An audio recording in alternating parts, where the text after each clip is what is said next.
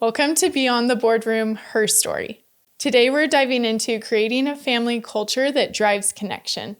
I'm Andrea Wilde. I'm the mentor in your pocket. I want to help you tap into your own intuition as well as give you tips and tricks of how this could implement into your life right away. In today's episode, you'll learn how to become the master of your home culture, intentionally build traditions that bring your family closer, and I'll be sharing personal insights of what has worked for our family. In today's episode, I want you to start out by just thinking of different cultures that you are a part of. So whether that is, United States culture, or maybe it's part of a church or an organization or a family, whatever that culture looks like, I want you to think through some of your favorite things about that. So just sit on that for a second. What do you love about that culture? And then also, just as important, what do you dislike about that culture? So today we're going to be talking about the family unit and the culture that you want to create, especially as the CEO of the home. So I want to give you an example of the type of culture that I grew up with. One of the things that I grew up with is a lot of fun activities. I feel like when we traveled, we would do fun things. And even still to this day, we're about to go on a trip to Florida, all the adults, and we go all out with these fun activities, right? That's a culture that I loved being a part of growing up. There were 6 kids. I'm the oldest of 6 kids. There was always chaos and music and dance parties and all of the things.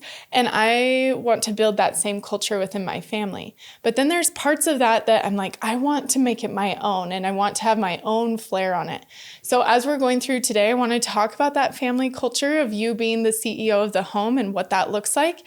And maybe taking pieces of your childhood that you loved or didn't love and applying that into your family unit today. Family culture isn't something that just happens. It's something that we create intentionally. And it's so interesting because I look at my business and I think of some of the cultural things that I have intentionally built with my business where I'm like, okay, my company values, we have 5 company values. One of them is collaboration over competition. That is something that is so important to me that I foster a culture of when women gather, we're all here to help each other, right? That's a totally different culture than if we're like, dog eat dog, right? And so I think of that and how I've cultivated and tried to build a culture that fosters that. And I have been extremely intentional in that. So I want to do the same with my family. I'll give you 3 examples of ways that you can implement in your life right now, especially as we're going into the holiday season, that you can really build a culture that you're excited about within your own family. We're going to first dig into why family culture and connection are so important. So if you think of family culture, some of the things that I think create a strong family culture are the unique values that you have, the traditions and the interactions of how you communicate with each other as a family. Okay, so according to research, families that prioritize traditions and rituals have children who experience higher levels of emotional well-being and resilience. And I think of that and I'm so grateful for the way that I grew up in so many of those ways because we had so many traditions. And it wasn't just during the holiday season.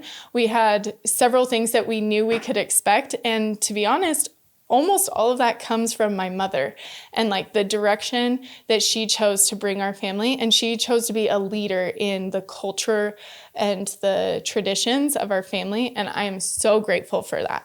So now I get to do that for my family. Intentional traditions help build that emotional safety within the home. And that helps children have that sense of belonging. It's kind of crazy out there in the world, right? So if a child can come home and know what to expect in so many aspects of being in the home, just imagine what that feels like. And I think it's down-regulating even for us as adults to be like, oh, these are the things that I can plan on and expect on in the four walls of my home. So back to the 3 ideas that I want you to implement, whether it looks like this or something different, follow your own intuition. But here are some ideas that can really help build your culture within your family. One thing that Shane and I started a couple years ago is Sunday morning pancake breakfast. So I'm going to walk you through what a Sunday morning looks like. Right now our church is at 1:30, so we kind of need to fill the morning with something. So what we do is we kind of have a lazy morning. We wake up. We usually cuddle in bed with the girls and just kind of relax. And then we all head into the kitchen. So what we do, we have a recipe. I'll put it in the show notes of Shane makes the pancakes. I make the eggs and the sausage. And then I make our coconut cream syrup, which is a huge hit in our family. Okay, so as we're making all of these things, we'll have some fruit or whatever. It's so fun to watch the girls be a part of this because they're like, today's pancake day? Like to them, that means they know that that's Sunday because they're little, right? So they don't really know what each day is, right? So they go through and we say, okay, we're gonna do this and that. And Hartley can actually like flip pancakes now. She's 5 and they help stir the eggs or whatever it is. But I have sat in silence just like looking at my family several times during those Sunday mornings. And I'm like, this is what I'm going to miss. It almost makes me emotional to think about these little girls and like what they get to think through and experience during their little lives. Another thing that I love that we started doing with this is maybe once or twice a month, we'll invite one of our new neighbors over and their families. And it's so fun. And we're like, this is our tradition that we do on Sunday mornings, And so they come over and we get to know them and they have the coconut syrup or whatever. And we just all hang out. And so many times people have been like, I'm going to start this. This is so cool that your family has this tradition. And it's funny because just a few days ago, Shane was like, hey, sorry, I know because I'm someone that doesn't love the same recipe over and over again. I'm like, if we've had it in the last 2 or 3 months, that is too soon. I like switching things up.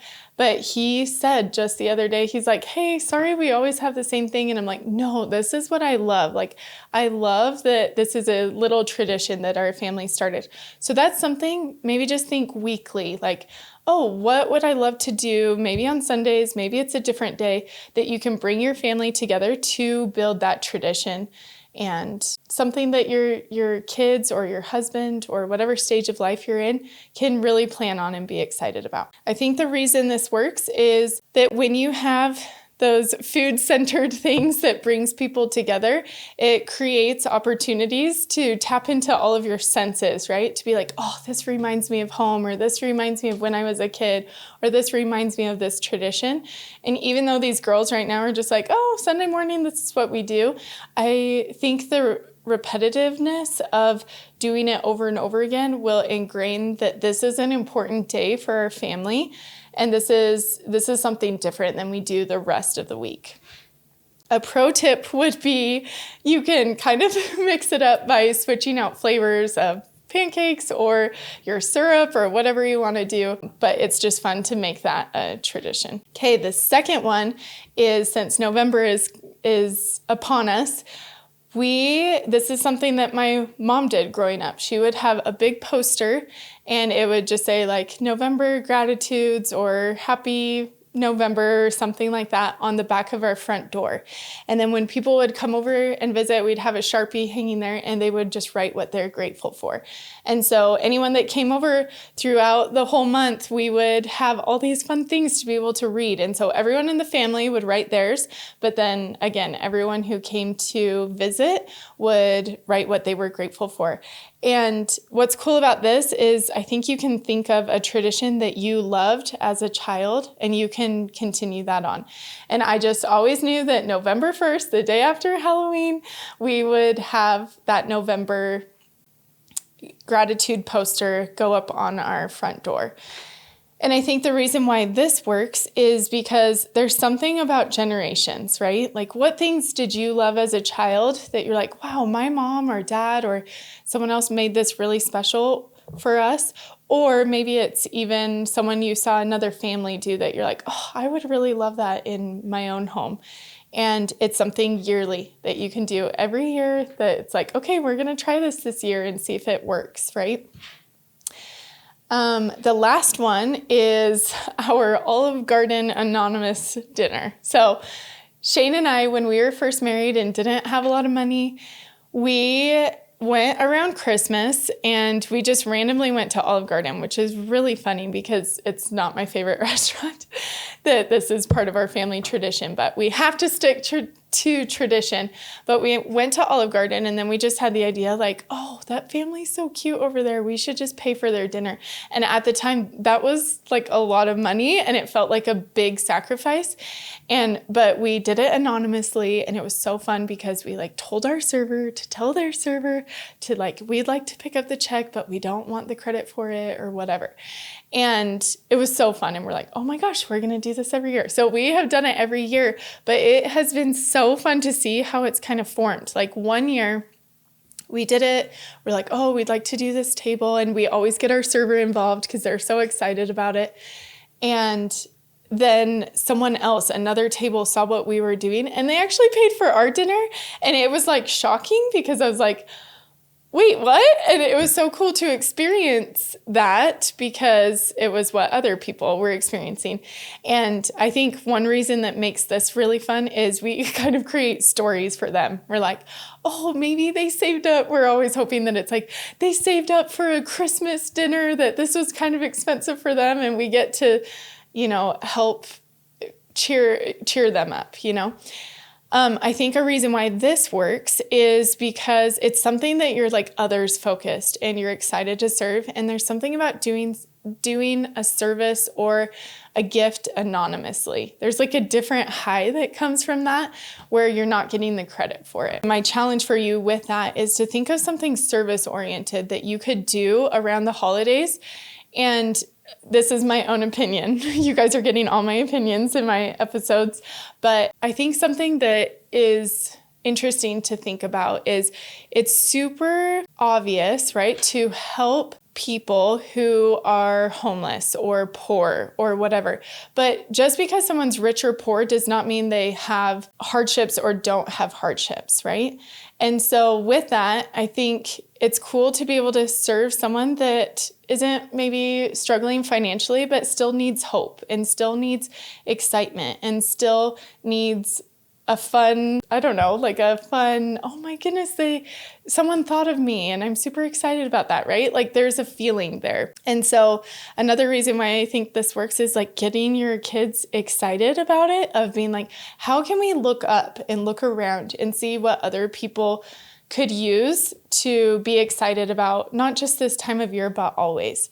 So those are my 3, okay? Do a weekly tradition that you could start, maybe like our pancake breakfast, and then something that's fun with the holidays that you could be in a state of gratitude. And then the last one is maybe you want to do an anonymous dinner and pay for someone in a restaurant, or you could even, one of my favorites to do kind of on the go is pay for someone behind you in the drive-thru. This last section I want you to think through is why you, as the woman of the home, are the CEO. So if you think of a CEO mindset of a business, you have the opportunity to really shape that business's culture, right? You have the ability to really think through how you want this business to take shape, and a leader controls that and has a vision for that.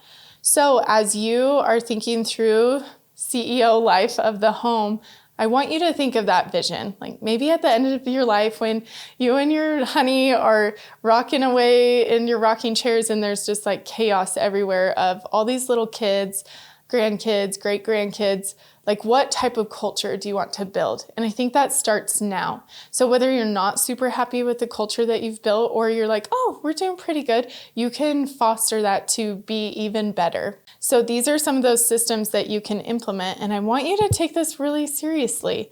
I think you could start with some family meetings where you could say, hey guys, what is the culture that we want to build? And you're like, hey, I have a few ideas. These are things I've talked about. What do you guys have ideas on?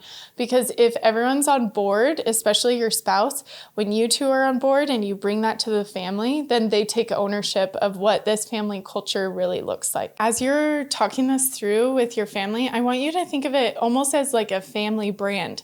When I sat down with my business and I'm like, here are all of our company values and principles that we live by, that was creating the brand. What do I want that to look like within our home? How do I want my children to feel? That's just like you're creating a brand in your business. And I love following our family brand because I think the idea of creating your family brand actually puts intention and energy towards the type of family that you want to create.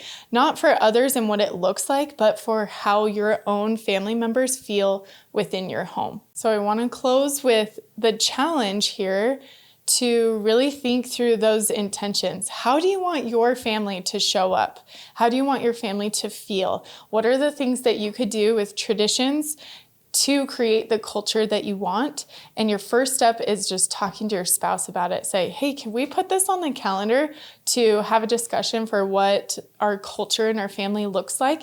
And put it on a calendar just like it was an appointment, because you are the CEO of your home and you get to control what is enjoyable and what brings purpose and what brings connection to all members of your family.